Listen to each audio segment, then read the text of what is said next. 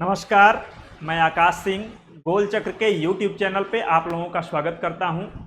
Lower PCS के लिए हम लोगों का कंप्यूटर का जो सीरीज चल रहा है, जिसमें हम लोगों ने पिछला क्लास जो है इंटरनेट को किया।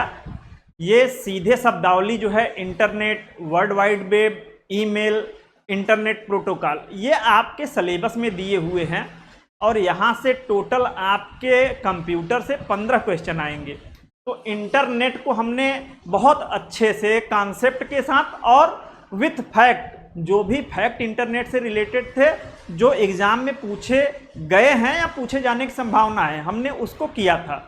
आज हम लोग इंटरनेट के आगे आज हम लोग मेन देखेंगे वर्ल्ड वाइड वेब क्या होता है और इंटरनेट प्रोटोकॉल क्या होते हैं और ईमेल के बारे में हम लोग आज पढ़ेंगे। तो आइए बिना समय गंवाएं आज कंप्यूटर का हम लोग अगला क्लास शुरू करते हैं। तो यहाँ पे आज हम लोग वर्ल्ड वाइड वेब को देखेंगे, प्रोटोकॉल क्या होता है और ईमेल क्या होता है। ये आज संपूर्ण एकदम आराम से हम लोग कॉन्सेप्ट के साथ साथ वो फैक्ट देखेंगे जो अब तक के एग्जाम में आए हुए हैं या जिनके आने की संभावना है। ठीक है, तो आइए आगे बढ़ते हैं। सबसे पहले हम लोग इंटरनेट को रिकॉल कर लेते हैं। हमने बताया था पिछले क्लास में कि इंटरनेट जो है ये नेटवर्कों का नेटवर्क है। ठीक है, यानी कि इंटरनेट एक तरीके से विश्व भर में लाखों करोड़ों जो कंप्यूटर हैं, इनको जो जोड़ के एक वैश्विक नेटवर्क बनाया गया है, उसी को इंटरनेट कहते हैं। ठीक है, तो इंटरनेट क्या है? विश्व भर के नेटवर्कों का एक जाल है। इसमें लाखों करोड़ों कंप्यूटर को जोड़ के जो है एक वैश्विक नेटवर्क तैयार किया गया है। एक तरीके से आप इसको मान सकते हैं कि ये रोड इंफ्रास्ट्रक्चर है। रोड इंफ्रास्ट्रक्चर क्या करता है? तो रोड इंफ्रास्ट्रक्चर जो किसी देश को हर हिस्से से जोड़ने का काम करता है, यानी कि इंटरनेट विश्व भर के कंप्यूटर को जोड़ने का काम करता है। अगर इंटरनेट ना हो, यानी कि रोड इंफ्रास्ट्रक्चर ही ना हो, तो विश्व भर के कंप्यूटर जुड़ ही नहीं पाएंगे। ठीक, अब हम लोगों का जो आज का टॉपिक है वर्ल्ड वाइड वेब। ठीक है, तो वर्ल्ड वाइड वेब के बारे में हम लोग देख लेते हैं कि वर्ल्ड वाइड वेब है क्या। तो वर्ल्ड वाइड वेब जो होता है वो पहले तो आप समझ लीजिए कि वर्ल्ड वाइड वेब इंटरनेट के ऊपर उपलब्ध एक सेवा होती है। ठीक है, वर्ल्ड वाइड वेब को जो डिफाइन किया जाता है वो ये किया जाता है कि इंटरनेट पर उपलब्ध वेबसाइटों और वेब पेजों की सेवा को वर्ल्ड वाइड वेब कहा जाता है। ठीक है, इंटरनेट पर उपलब्ध वेबसाइटों और वेब पेजों की जो सेवा होती है उसी को वर्ल्ड वाइड वेब कहा जाता है। ठीक है, और यह इंटरनेट के ऊपर उपलब्ध एक सेवा है। आप इस तरीके से वर्ल्ड वाइड वेब को समझ सकते हैं कि मान लीजिए ये विश्व भर के जो है इंटरनेट क्या है? ये सड़क है। ठीक है, इंटरनेट क्या है? ये सड़क है, रोड इंफ्रास्ट्रक्चर है।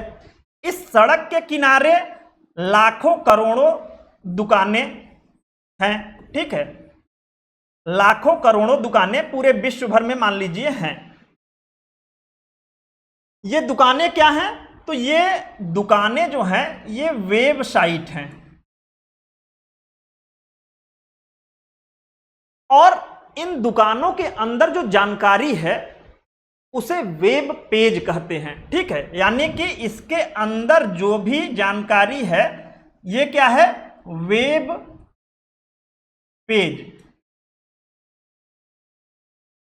तो ये जो दुकानें हैं यानी कि वेबसाइट और वेब पेज जिसे हम कह रहे हैं, जो इंटरनेट है, इंटरनेट पे जितने भी वेबसाइट या वेब पेज की सेवा है, इन संपूर्ण संसार को वर्ल्ड वाइड वेब कहा जाता है। ठीक है, यानी इसमें वेबसाइट और वेब पेजों की संपूर्ण सेवा आती है। ठीक है, वर्ल्ड वाइड वेब। तो अगर आपसे पूछ दे कि इंटरनेट और वर्ल्ड वाइड वेब क्या एक ही है, तो नहीं। इंटरनेट जो है ये वैश्विक नेटवर्क है, ये एक तरीके से रोड इंफ्रास्ट्रक्चर है, जबकि वर्ल्ड वाइड वेब इंटरनेट पे उपलब्ध एक सेवा है। ठीक है, और वर्ल्ड वाइड वेब के अंदर जितने भी वेबसाइट और वेब पेज होते हैं वो वर्ल्ड वाइड वेब के अंदर आते हैं। ठीक, अब यहां पे एक और अंतर है कि इंटरनेट जो है ये TCP/IP, इस प्रोटोकॉल को हमने इंटरनेट पढ़ाते समय बताया था कि इसका फुल फॉर्म होता है ट्रांसमिशन कंट्रोल प्रोटोकॉल और IP का होता है इंटरनेट प्रोटोकॉल। तो इंटरनेट जो होता है वो TCP/IP प्रोटोकॉल का जो है पालन करता है या उपयोग करता है। अभी हम लोग आज ही प्रोटोकॉल को पूरा एक जगह पे अच्छे से समझेंगे कि किस प्रोटोकॉल का क्या काम होता है। जबकि वर्ल्ड वाइड वेब जो होता है जिसमें वेबसाइट और वेब पेज की सेवा होती है, ये वेबसाइट और वेब पेजों का समूह होता है या संग्रह होता है। तो वर्ल्ड वाइड वेब जो है अगर पूछ दे आपसे किस प्रोटोकॉल पे काम करता है तो आप याद रखिएगा HTTP और HTTPS, इसका फुल फॉर्म भी पूछता है तो इसका फुल फॉर्म याद रखिएगा हाइपर टेक्स्ट ट्रांसफर प्रोटोकॉल। ठीक है, और जो HTTPS है इसका फुल फॉर्म होता है hyper text transfer protocol secure. ठीक है, अभी इसका दोनों का अंतर हम लोग समझेंगे और इसमें HTML भाषा का उपयोग किया जाता है, हाइपर टेक्स्ट मार्कअप लैंग्वेज। आगे हम लोग इसको और डिटेल में बहुत अच्छे से समझेंगे। तो यहां पे हमने वर्ल्ड वाइड वेब को देखा कि यह वेबसाइट और वेब पेज की एक संग्रह होता है। ठीक, और इंटरनेट पे उपलब्ध एक सेवा होती है। तो यहां पे जो शब्द आए हैं, वेबसाइट क्या होता है, वेब पेज क्या होता है, होम पेज क्या होता है, इसको हम लोग समझ लेते हैं। ठीक है, तो सबसे पहले हम लोग देखते हैं वेबसाइट। ठीक है, तो मैंने बताया कि इंटरनेट जो है एक सड़क नेटवर्क है, उस सड़क से सटे हुए लाखों करोड़ों दुकानें हैं। ये दुकानें क्या हैं, ये वेबसाइट हैं। ठीक है, तो वेबसाइट को अगर परिभाषित करना हो तो ये आपस में जुड़े हुए कई वेब पेजों का संग्रह होता है। ठीक है, वेबसाइट कई वेब पेजों का संग्रह होता है। इसमें कई वेब पेज जो है आपस में जुड़े हुए होते हैं, इसी का संग्रह वेबसाइट कहलाता है। तो याद रखिएगा कि जब कई वेब पेज का संग्रह कर दिया जाता है उसी को वेबसाइट कहा जाता है। ठीक है, एग्जाम्पल वेबसाइट का बहुत इंपॉर्टेंट है, एग्जाम्पल जरूर याद रखिएगा क्योंकि एग्जाम्पल से ही आपसे क्वेश्चन बनेंगे कि कौन सा वेबसाइट है, कौन सा एप्लीकेशन सॉफ्टवेयर है। ठीक है, या कौन सा वेब ब्राउजर है। तो वेबसाइट में याद रखिएगा YouTube, Wikipedia, Amazon, Facebook, Instagram, Twitter, वर्तमान में एक्स और IRCTC आदि, ये क्या है, तो ये वेबसाइट हैं। ठीक है, वेब पेज क्या होता है। ठीक है, तो वेबसाइट के ऊपर हमने देखा कि जब कई वेब पेज को जोड़ दिया जाता है तो उसे वेबसाइट कहा जाता है। तो सिंगल जो ये पेज वेबसाइट के अंदर होता है इसी को वेब पेज कहते हैं। तो वेबसाइट पर दिखने वाला प्रत्येक डिजिटल पेज जिसे कि हाइपर टेक्स्ट मार्कअप लैंग्वेज में लिखा जाता है वेब पेज कहते हैं। यानी कि वेबसाइट वेब पेजों का समूह है, जबकि वेब पेज क्या है, वेबसाइट के ऊपर दिखने वाला सिंगल पेज जो होता है, यानी कि एकल पृष्ठ जो होता है। और याद रखिएगा कि वेब पेज किस भाषा में अगर पूछ दे लिखे जाते हैं तो हाइपर टेक्स्ट मार्कअप लैंग्वेज में लिखे जाते हैं। इसके साथ होम पेज हम लोग देखते हैं कि वेबसाइट पे उपलब्ध जो पहला पेज होता है उसे हम लोग कहते हैं होम पेज। ठीक है, पहला पेज होम पेज कहलाता है, प्रत्येक पेज वेब पेज कहलाता है, और टोटल अगर हम वेब पेजों के समूह की बात करें तो उसे वेबसाइट कहते हैं। ठीक, अब यहां पे हम लोग वेब ब्राउजर को देख लेते हैं।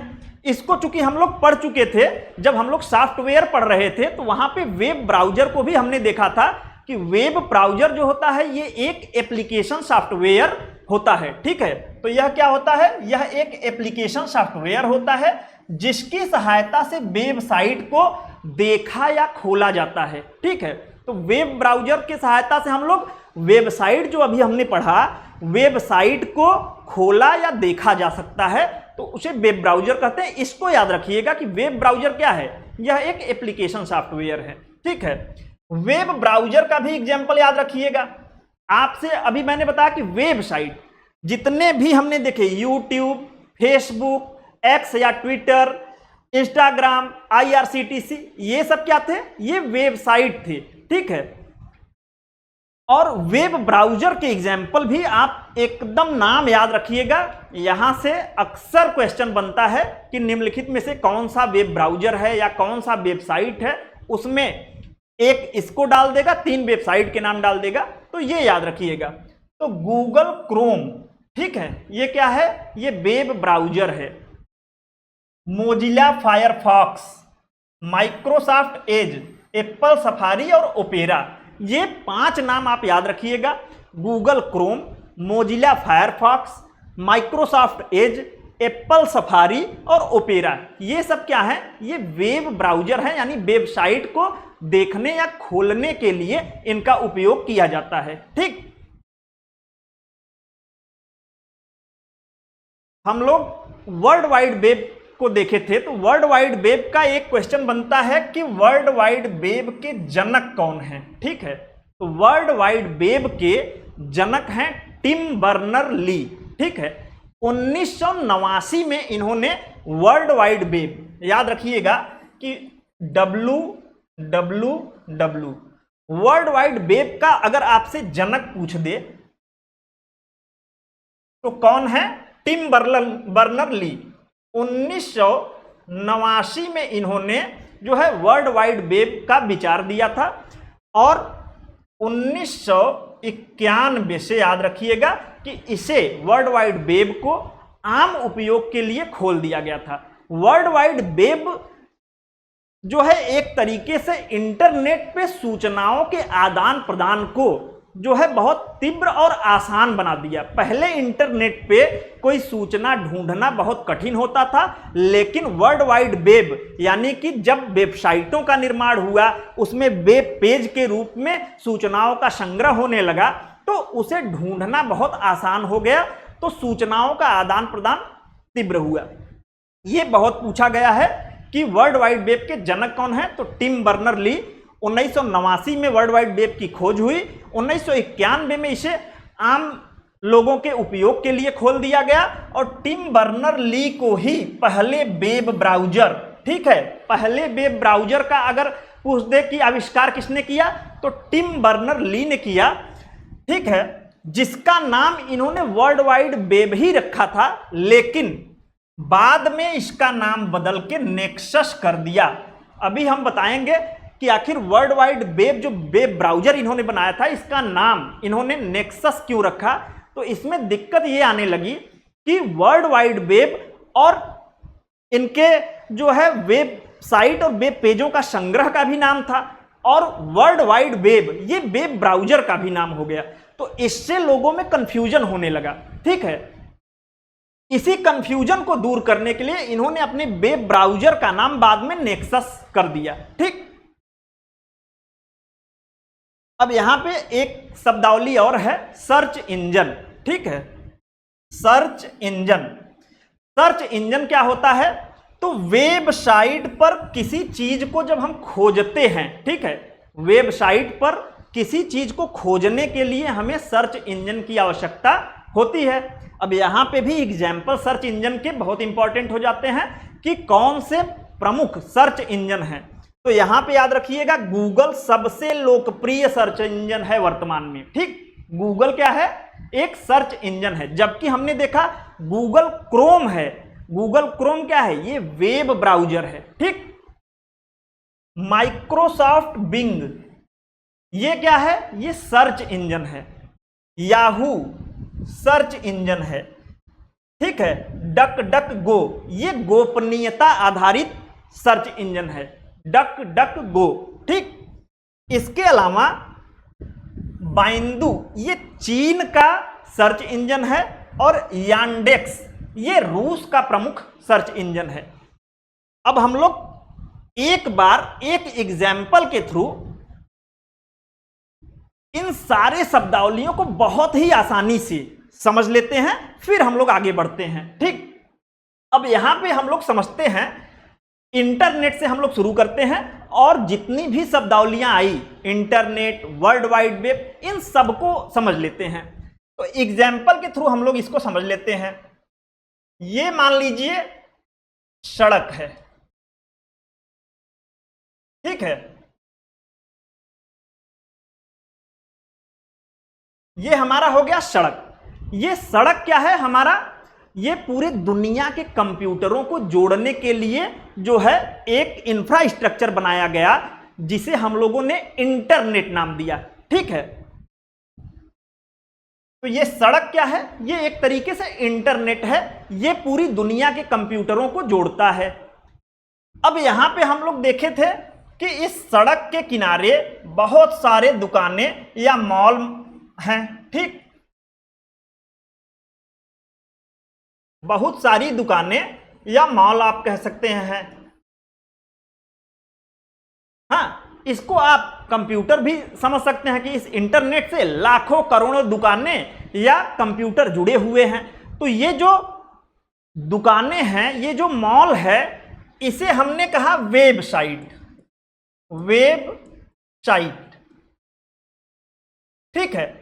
और वेबसाइट को हम लोगों ने देखा कि इसके अंदर जो है अनेक पेज से ये मिलके बना हुआ है, यानी कि वेब पेजों के समूह से वेबसाइट बना है। तो इसके अंदर ये जो सिंगल पेज है, ये हो गए वेब पेज, ठीक है, वेब पेज हो गए। उसके बाद हमने देखा कि ये जो टोटल वेबसाइट और वेब पेज, ये जितने भी वेबसाइट या वेब पेज की दुनिया है, इसको हमने नाम दिया वर्ल्ड वाइड वेब, WWW, ठीक, वर्ल्ड वाइड वेब। ये वेबसाइट और वेब पेजों की दुनिया को हमने नाम दिया वर्ल्ड वाइड वेब। इसके बाद हम लोगों ने देखा वेब ब्राउजर। तो वेब ब्राउजर आप एक तरीके से समझ लीजिए कि वह गाड़ी है जिस पे बैठ के हम और आप इस वेबसाइट तक पहुंचते हैं। तो वेब ब्राउजर क्या है, एक तरीके से गाड़ी है जिस पे बैठ के हम लोग इन वेबसाइटों तक पहुंचते हैं, ठीक है। यानी कि वेब ब्राउजर गाड़ी है, इस रोड पे चलने वाली क्या है, गाड़ी है, वेब ब्राउजर, ठीक है। तो वेब ब्राउजर एक तरीके से गाड़ी है जिस पे बैठ के हम इन वेबसाइटों तक पहुंचते हैं, इनको खोल पाते हैं, इनको देख पाते हैं, ठीक है। अब मान लीजिए हम इस वेब ब्राउजर पे बैठ के यहां पे वेबसाइट पे पहुंच गए, ठीक है। यानी कि वेबसाइट तक पहुंचने के लिए वाहन का काम कौन करता है, वेब ब्राउजर करता है। अब इस वेबसाइट पे मान लीजिए कि बहुत सारी जानकारी है, ठीक है। मान लीजिए ये बहुत बड़ा मॉल है, लुलु मॉल मान लीजिए। अब यहां पे हम पहुंचे, अब लुलु मॉल है, अब हमको मान लीजिए घड़ी लेनी है, चप्पल लेना है, जूता लेना है, कपड़े लेने हैं, चश्मा लेना है। तो अब यहां पे पहुंच के, क्योंकि ये बहुत बड़ा मॉल है, जो वेबसाइट है इसमें बहुत सारी जानकारी रखी हुई है। तो यहां पे हम क्या करते हैं, जब पहुंचते हैं तो यहां पे हम search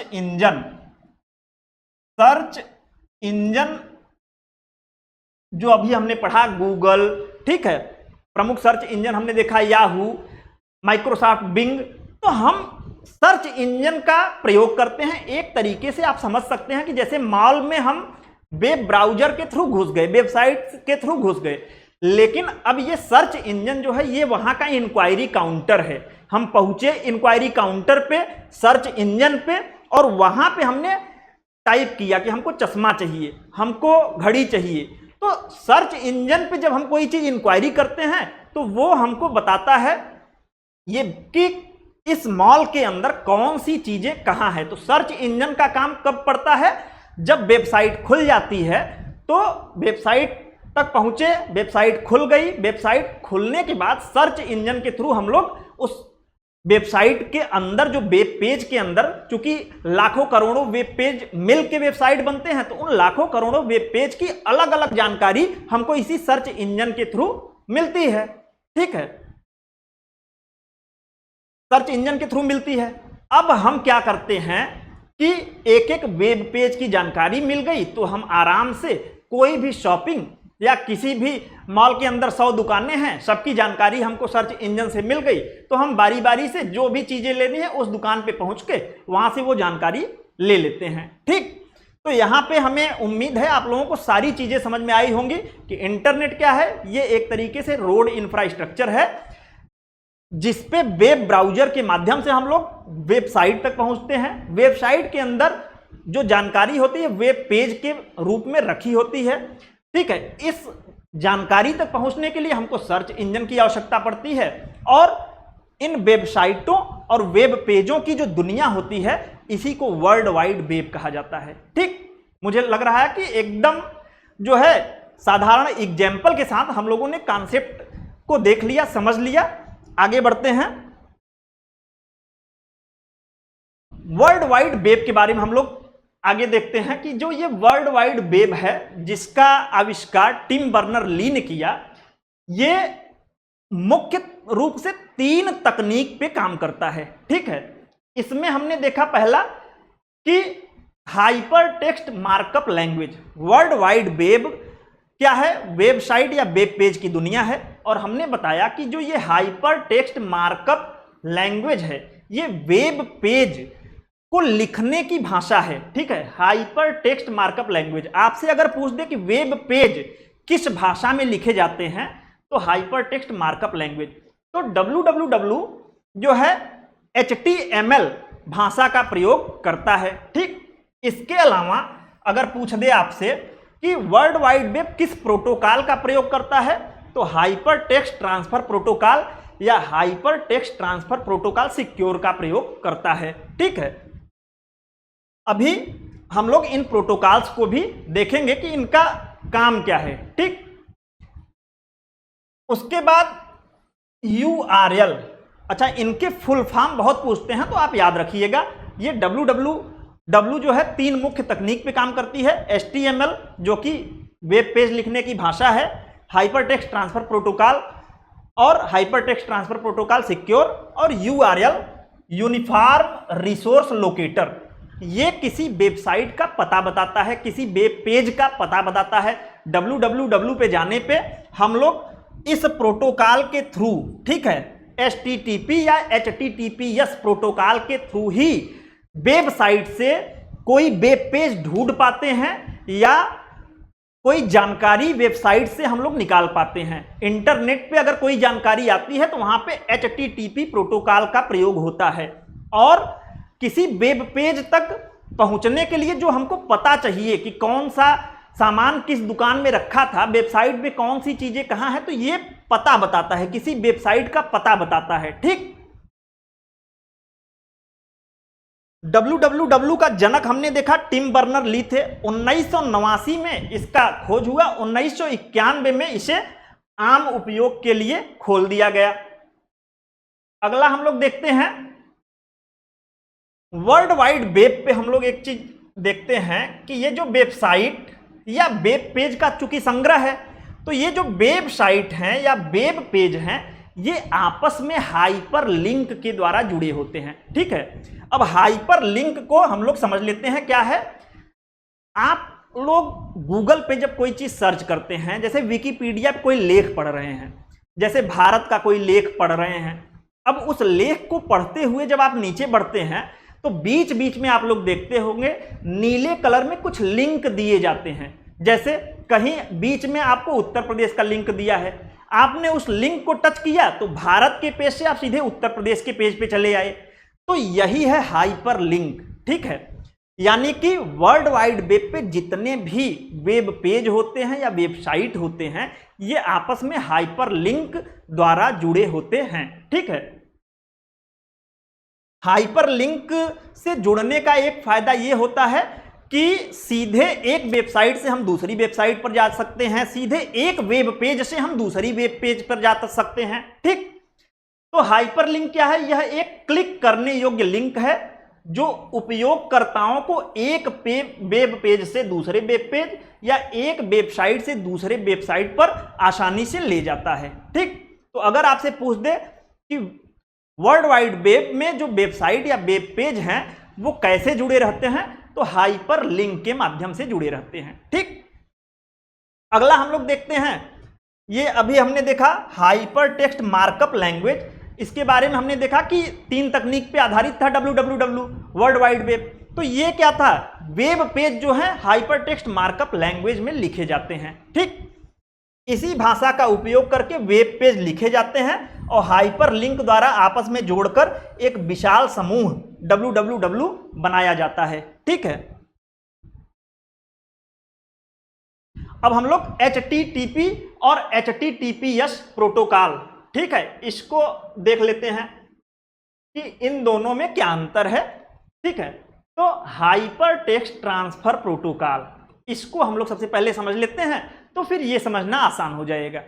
hyper text transfer protocol, आपसे अगर कभी क्वेश्चन बन जाए कि वर्ल्ड वाइड वेब किस प्रोटोकॉल का उपयोग करता है, तो हाइपर टेक्स्ट ट्रांसफर प्रोटोकॉल का उपयोग करता है। आपसे कभी क्वेश्चन बन जाए वेब ब्राउजर में किस प्रोटोकॉल का उपयोग होता है, तो हाइपर टेक्स्ट ट्रांसफर प्रोटोकॉल का उपयोग होता है। आपसे प्रश्न बन जाए कि वेबसाइट या वेब पेज जो है इंटरनेट पे लाने के लिए किस प्रोटोकॉल का उपयोग किया जाता है, तो हाइपर टेक्स्ट ट्रांसफर प्रोटोकॉल का उपयोग किया जाता है। यह प्रोटोकॉल क्या है, तो किसी वेबसाइट को खोलने और वेब पेज को इंटरनेट पर भेजने के लिए जो प्रोटोकॉल यूज होता है उसी को हाइपर टेक्स्ट ट्रांसफर प्रोटोकॉल कहते हैं।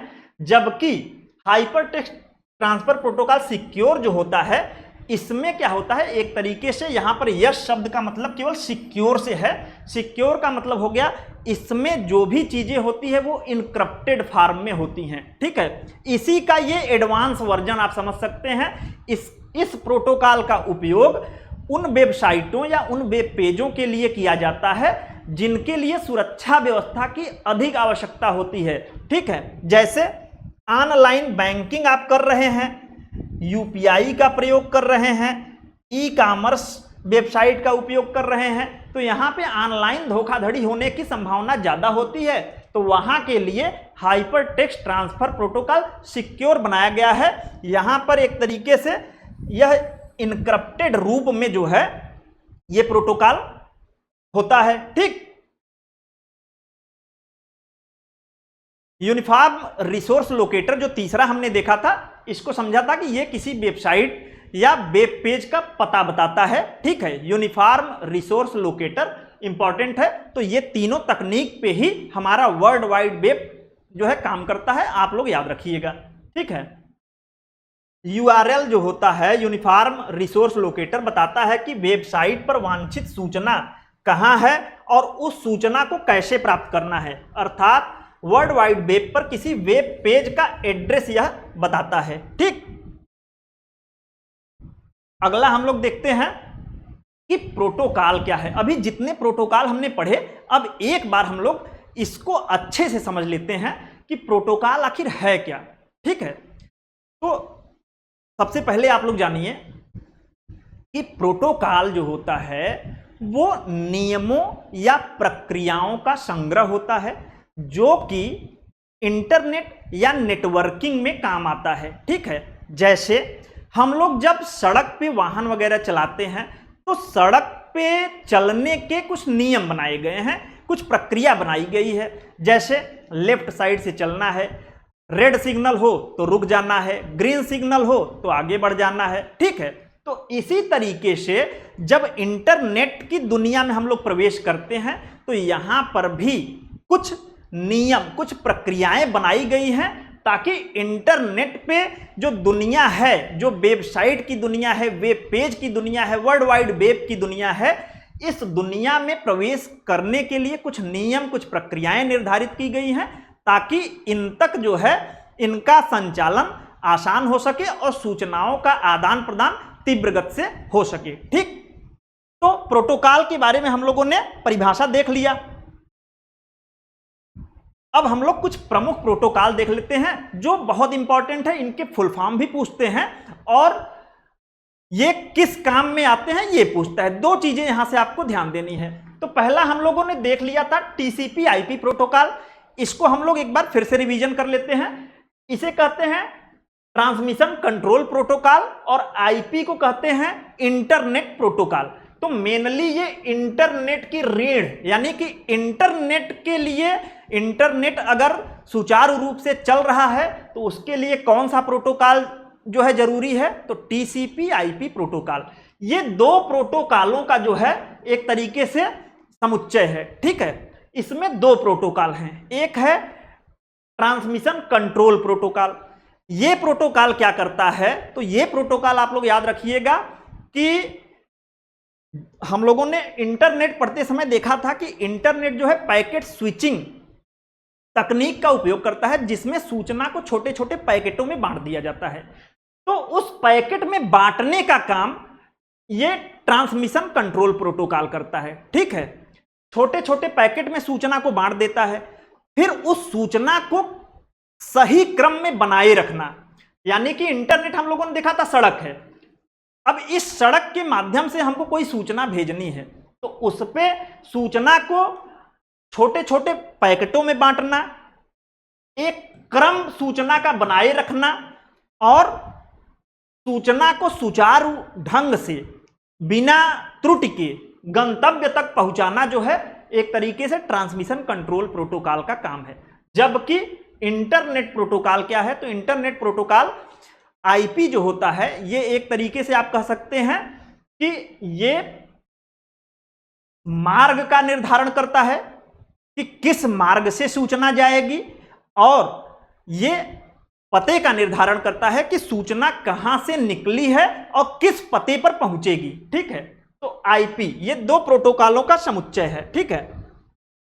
तो डाटा को छोटे छोटे पैकेट्स में बांटना यह सुनिश्चित करता है कि भेजा गया डेटा सही क्रम में बिना त्रुटि के गंतव्य तक पहुंचे, ठीक। जबकि आईपी यह पता निर्धारण एवं मार्ग निर्धारण प्रोटोकॉल है। तो बहुत इंपॉर्टेंट है, यहां से इसके फुल फॉर्म को आप लोग याद रखिएगा।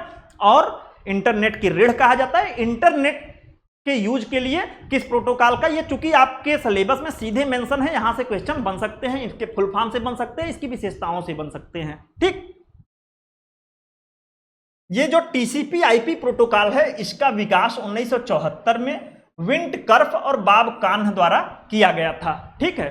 हमने इंटरनेट वाले चैप्टर में इसको बताया था। आगे हम लोग देखते हैं अन्य प्रमुख प्रोटोकॉल।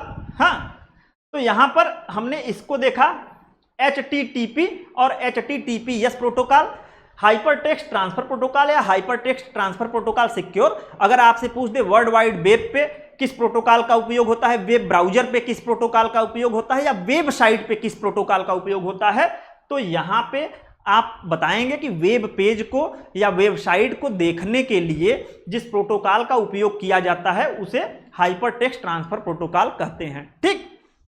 अगला हम लोग देखते हैं फाइल ट्रांसफर प्रोटोकॉल। इंपॉर्टेंट है इनके फुल फॉर्म भी और इनके काम। जैसा कि नाम से ही पता चल रहा है कि हम लोग जब एक कंप्यूटर से दूसरे कंप्यूटर में किसी फाइल का आदान प्रदान करते हैं, फाइल को ट्रांसफर करते हैं, तो उस समय किस प्रोटोकॉल का उपयोग किया जाता है, तो फाइल ट्रांसफर प्रोटोकॉल। यानी कि फाइल ट्रांसफर के जो नियम हैं वो फाइल ट्रांसफर प्रोटोकॉल के रूप में बनाए गए हैं, ठीक है। अगला हम लोग देख लेते हैं SMTP, simple mail transfer protocol.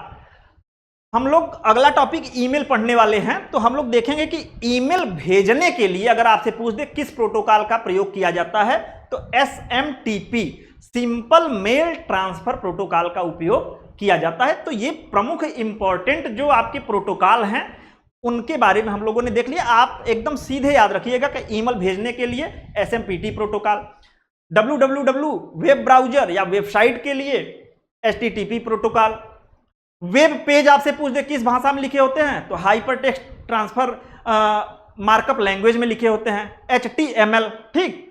File transfer करने के लिए किस प्रोटोकॉल का उपयोग होता है, तो फाइल ट्रांसफर प्रोटोकॉल का उपयोग होता है, ठीक। अब हम लोग आपके सिलेबस का जो आज का तीसरा बिंदु है ईमेल, ये सीधे आपके सिलेबस में लिखा हुआ है। अब हम लोग यहां से ईमेल को समझेंगे, ईमेल क्या होता है और ईमेल का जो प्रश्न बन सकता है आपके एग्जाम में या अभी तक जो बना हुआ है उसको समझ लेते हैं, देख लेते हैं, ठीक है। तो सबसे पहला प्रश्न तो यही बनता है कि ईमेल का फुल फॉर्म क्या है। तो ईमेल का फुल फॉर्म होता है इलेक्ट्रॉनिक मेल। ठीक,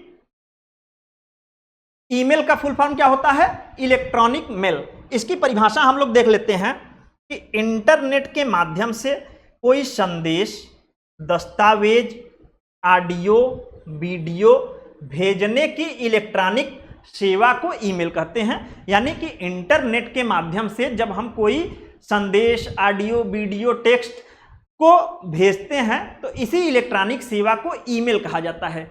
ईमेल का जो है एक तरीके से आपसे ये क्वेश्चन पूछा जा चुका है कि निम्नलिखित में से किस सेवा का जो है तुलना पारंपरिक डाक व्यवस्था से की जाती है। तो आप याद रखिएगा कि ईमेल की तुलना पारंपरिक डाक व्यवस्था से की जाती है। अच्छा, क्यों की जाती है? जैसे डाक व्यवस्था में पहले क्या होता था कि कोई चिट्ठी वगैरह होती थी, आप भेजते थे तो जिसके पास भेजते थे उसके पास पहुंच जाता था। वैसे ही ईमेल में हम लोग कोई चिट्ठी है, कोई टेक्स्ट है, कोई मैसेज है, ये इलेक्ट्रॉनिक रूप में किसी के पास भेजते हैं तो वहां पहुंच जाता है और जिसके पास पहुंचता है वो उसको खोलकर चाहे तत्काल या बाद में देख सकता है। ठीक है,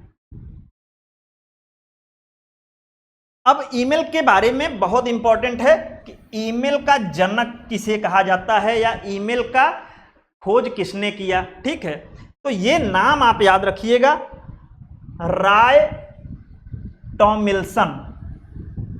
1971 में इन्होंने ईमेल की खोज की। ठीक है, ईमेल, इलेक्ट्रॉनिक मेल का जनक राय टॉलिंसन और 1971 में इन्होंने इसकी खोज की। ठीक है, ईमेल हम लोग देखते हैं कि ईमेल के लिए हम लोगों को सबसे पहले ईमेल एड्रेस प्राप्त करना होता है और ईमेल एड्रेस प्राप्त करने के लिए हमको एक ईमेल अकाउंट खोलना होता है। ठीक है, ईमेल अकाउंट हमारे देश में, हमारे भारत में कुछ जो कंपनियां हैं, कुछ वेबसाइट हैं, उनके माध्यम से खोला जाता है। जैसे आप लोगों ने देखा होगा www.gmail.com। ठीक है, ऐसे ही www.yahoo.com, www.hotmail.com। तो ये जो वेबसाइट हैं ये हमें ईमेल अकाउंट प्रदान करती हैं। ईमेल अकाउंट हमको मिल जाता है तो हमें ईमेल एड्रेस प्राप्त हो जाता है। ईमेल एड्रेस के थ्रू हम किसी को जो है फिर ईमेल कर सकते हैं या मैसेज कर सकते हैं। ठीक, एग्जाम्पल के तौर पे ईमेल के पूछता है कितने भाग होते हैं। ठीक है, तो यहां पर याद रखिएगा आकाश@gmail.com। ठीक है, एग्जाम्पल के रूप में आप समझिए, यहां पे आकाश क्या है तो ये यूजर नेम है। ठीक है, @ क्या है, ये सेपरेटर है, ये बीच का एक तरीके से सेपरेटर है दोनों के बीच का। और ये क्या है, gmail.com, ये डोमेन नेम है। ठीक है, तो ईमेल के अगर भाग पूछ दे कितने होते हैं, 3 भाग, यूजर नेम, सेपरेटर और डोमेन नेम। यहां से भी क्वेश्चन बनता है कि जो सेपरेटर है @ इसका पहली बार उपयोग राय टॉमिल्सन द्वारा, जिन्होंने ईमेल का खोज किया था, उन्होंने ही @ का भी खोज किया था। तो @ का पहली बार प्रयोग जो है राय टॉमिल्सन द्वारा किया गया। हाँ, ये यूजर नेम को डोमेन नेम से अलग करता है। ठीक,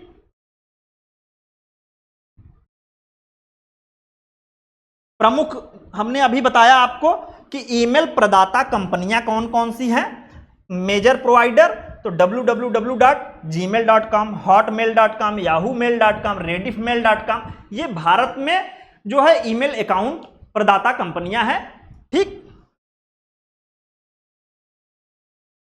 अगला हम लोग देख लेते हैं ईमेल का प्रोटोकॉल। अभी हम लोगों ने प्रोटोकॉल के चैप्टर में पढ़ा कि ईमेल भेजने के लिए किस प्रोटोकॉल का उपयोग किया जाता है, SMPT protocol, simple mail transfer protocol. तो ये बहुत इंपॉर्टेंट है, आप लोग याद रखिएगा कि ईमेल भेजने के लिए आपसे पूछ दे कि किस प्रोटोकॉल का प्रयोग किया जाता है, तो सिंपल मेल ट्रांसफर प्रोटोकॉल। जबकि ईमेल प्राप्त करने के लिए अगर आपसे पूछे कि ईमेल अगर आप प्राप्त कर रहे हो किसी से तो उसमें किस प्रोटोकॉल का प्रयोग होता है, तो यहां पे 2 प्रोटोकॉल के नाम आप याद रखिएगा, POP3 post office protocol version 3 और IMAP internet message access protocol, ये दोनों के नाम याद रखिएगा। ठीक है, तो ये ईमेल को प्राप्त करने वाले प्रोटोकॉल हैं और प्रोटोकॉल हमने समझा नियमों और प्रक्रियाओं का समूह होता है। अब ईमेल से संबंधित कुछ शब्दावली पूछी जाती है, ठीक है। अगर आप लोग ईमेल यूज करते होंगे तो उसमें आप देखेंगे कि इन शब्दावली का उपयोग होता है। ईमेल अकाउंट में आप अपने जाएंगे तो अटैचमेंट का क्या मतलब है, ठीक है। जब हम जो भी मेल करते हैं, किसी को कोई मैसेज करते हैं, संदेश भेजते हैं, वीडियो भेजते हैं, उसके साथ अगर हम कोई अन्य फाइल जो है लगा देते हैं, जैसे कोई पीडीएफ हमने लगा दिया, ठीक है, कोई संदेश अलग से लगा दिया, कोई पेज अलग से ऐड कर दिया, तो इसी को अटैचमेंट कहा जाता है, ठीक है। ईमेल के साथ भेजी गई जो संलग्न फाइल होती है उसी को अटैचमेंट कहा जाता है। इनबॉक्स यानी कि इनबॉक्स जो होता है इसमें प्राप्त ईमेल जो होते हैं वो इनबॉक्स में आते हैं। अगर कोई व्यक्ति आपको ईमेल करता है, कोई मैसेज भेजता है, तो वो आपके इनबॉक्स में आता है। आउटबॉक्स, ठीक है, आउटबॉक्स क्या होता है? जो मेल भेजने की प्रक्रिया में है। ऐसे मेल जो भेजने की प्रक्रिया में होते हैं, जब हम मेल को भेजने के लिए टाइप करते हैं तो हमारे आउटबॉक्स में होता है, ठीक। सेंट मेल, जो मेल सफलतापूर्वक भेजे जा चुके होते हैं, जब आप मेल को किसी को भेज देते हैं तो वो कहां पे आपके रहता है? तो वो आपके सेंट मेल में रहता है, ठीक है। यानी कि यहां पे आउटबॉक्स और सेंट मेल ये दोनों में थोड़ा सा डिफरेंस है कि जब आप मेल लिखते हो किसी को भेजने के लिए तो वो आउटबॉक्स में होता है, और जैसे ही आप मेल किसी को भेज देते हो तो वो आपके सेंट मेल में चला जाता है, ठीक। इसके अलावा ड्राफ्ट, ठीक है। ड्राफ्ट क्या है? तो अधूरा लिखा गया जो है सेव्ड ईमेल। आपने कोई मेल लिखा, उसको भेजा नहीं, अधूरा है, वो सेव हो गया, तो उसी को वो किस में चला जाता है आपके? तो ड्राफ्ट में चला जाता है, ठीक। स्पैम यानी कि अवांछित या अनचाहे मेल को जो है स्पैम कहा जाता है, ठीक है। आप देखते होंगे कि आप में आपके मेल में दिन भर में 50 जो है अनचाहे मेल आते रहते हैं, ठीक है। इसी को स्पैम या अनचाहे मेल कहा जाता है, ठीक। ट्रैश बीन, ट्रैश बीन क्या होता है? डिलीट किए गए ईमेल।